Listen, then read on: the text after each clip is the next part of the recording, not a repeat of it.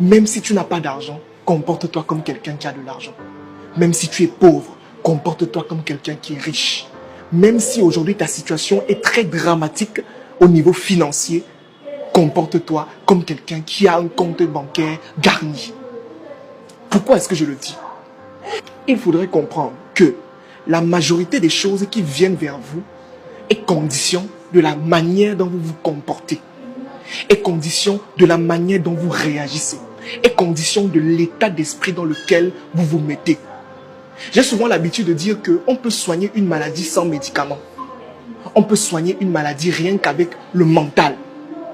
Le problème, c'est quoi? Si actuellement vous partez dans un hôpital et qu'on vous dit par exemple que vous êtes atteint du VIH-Sida, même si vous n'avez pas le VIH-Sida dans le corps, ce qui va se passer, rien que le fait qu'on vous ait dit ça et que ça a touché votre mental, vous allez subir les symptômes. C'est la même chose avec la pauvreté. Quand tu es pauvre et que dans ta tête et dans ton esprit, tu mets justement que tu es pauvre, ce qui se passe de manière simple, c'est que ça se manifeste dans ta vie, ça se manifeste dans ton esprit, ça se manifeste sur ta manière de faire, ta manière de réagir, ça se manifeste sur ta manière de raisonner.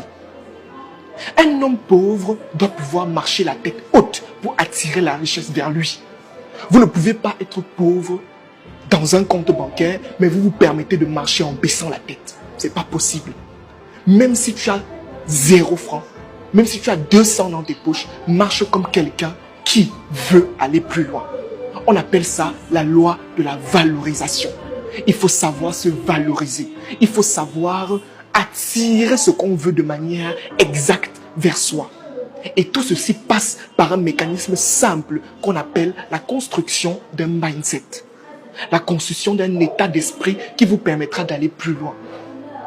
Même si tu es pauvre, réagis comme un riche.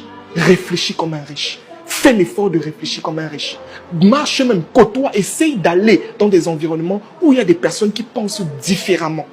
Ça va beaucoup t'aider à sortir de cet état d'esprit qui t'empêche d'évoluer et qui t'empêche finalement d'attirer cette richesse que tu souhaites tant avoir vers toi. Parce que oui, on ne court pas derrière les choses, on les attire. Et le jour où vous comprenez en fait qu'on attire les choses vers soi, la vie devient plus simple. Le jour où vous comprenez que tout part de vous, le jour où vous comprenez que tout ce qui vient vers vous est dû au comportement que vous affichez vis-à-vis de la vie change.